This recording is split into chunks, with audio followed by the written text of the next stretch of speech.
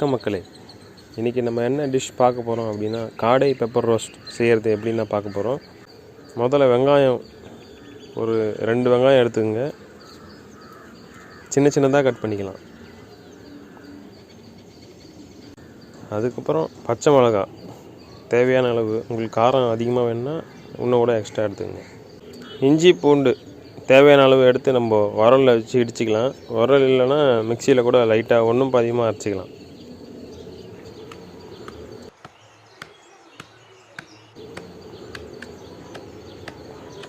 இப்போ நம்ம இதை இடித்தாச்சு. ரொம்ப பேஸ்ட்டு மாதிரி இல்லாமல் மீடியமாக இடிச்சிக்கலாம். காடை நம்ம 1 கிலோ வாங்கியிருக்கோம். முதல்ல இப்போ நல்லா வாஷ் பண்ணிக்கலாம்.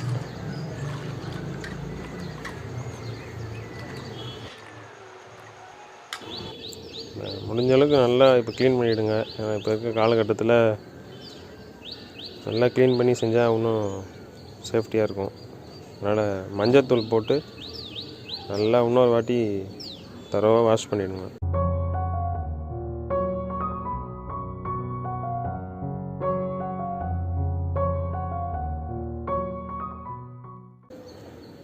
முதல்ல கொஞ்சம் எண்ணெய் ஊற்றி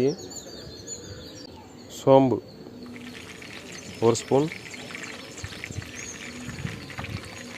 கொஞ்சம் வறுத்த பிறகு நம்ம பட்டை, இலை, கிராம்பு இது 3ஐயும் போட்டு நல்லா ஃப்ரை பண்ணிக்கலாம்.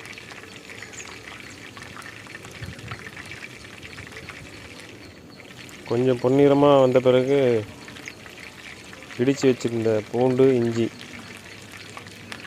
அதுக்கப்புறம் நறுக்கி வச்சுருந்த பச்சை மிளகாய்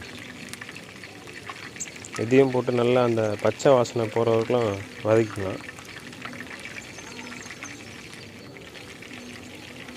அது பொன்னிறமாக வந்த பிறகு நம்ம நறுக்கி வச்சுருந்த வெங்காயத்தை சேர்த்துக்கலாம்.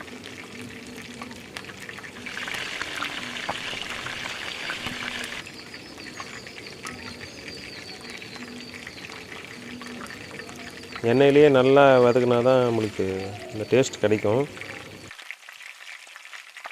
இப்போ இது கூட மஞ்சத்தூள் கொஞ்சம் சேர்த்துக்கலாம்.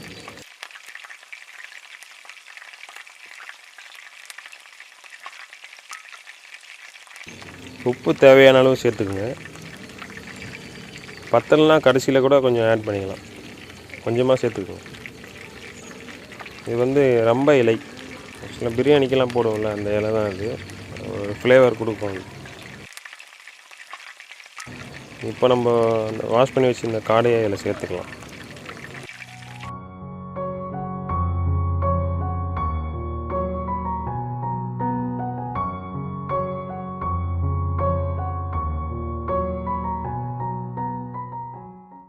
முதல்ல garam masala 1 spoon, chilli powder 1 spoon, குழம்பு மிளகாத்தூள் 2 ஸ்பூன் போட்டுக்கோங்க. தண்ணி தேவையான அளவு ஊற்றிக்கலாம். அப்போ தான் அந்த காடை வேகும். நிறைய வச்சிடாதீங்க, ஏன்னா நம்ம ரோஸ்ட்டு மாதிரி பண்ண போகிறோம், குழம்பு மாதிரி பண்ணலை. தண்ணி மீடியமாக வச்சாலே போதும். இப்போ ஓரளவுக்கு நம்மளுக்கு கொச்சி நல்லா வந்திருக்கு. ஒரு 1/4 ஹவர் வேக விட்டால் போதும். சிம்மில் வச்சு பண்ணுங்கள். தீ அதிகமாக வச்சிங்கன்னா கறி வேகிறதுக்கு முன்னாடியே நீர் கம்மியாகி தீய ஆரம்பிச்சிடும். இப்போ இதில் நம்ம பெப்பர் சேர்த்துக்கலாம்.